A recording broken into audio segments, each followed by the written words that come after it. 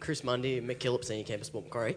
I was just wondering why in such a resource-dense country such as Australia are we a follower to the global economy, and why do we not sort of become on the forefront and use our businesses and corporations to put money behind these other alternate fuels and sources of energy? And sort of more towards the businessman here, why do we sort of let finance control such a science-driven topic?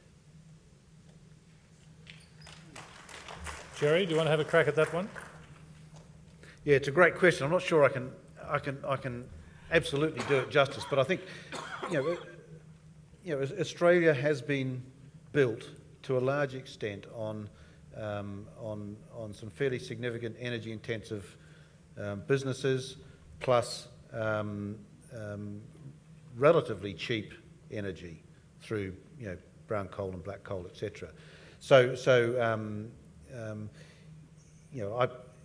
There's no business that you can turn around overnight. So I think the key in all of this is going to be the transition, and I believe that Australia can be a vital part of that transition to a lower carbon economy, and I think Australia does punch above its weight, despite what we've heard about the irrelevance of Australia. My experience of Australia, working for a multinational company, is Australia punches well above its weight, and unfortunately we've seen lots of examples of technology developments in Australia that haven't been commercialised here, and they've had to go offshore to be commercialised.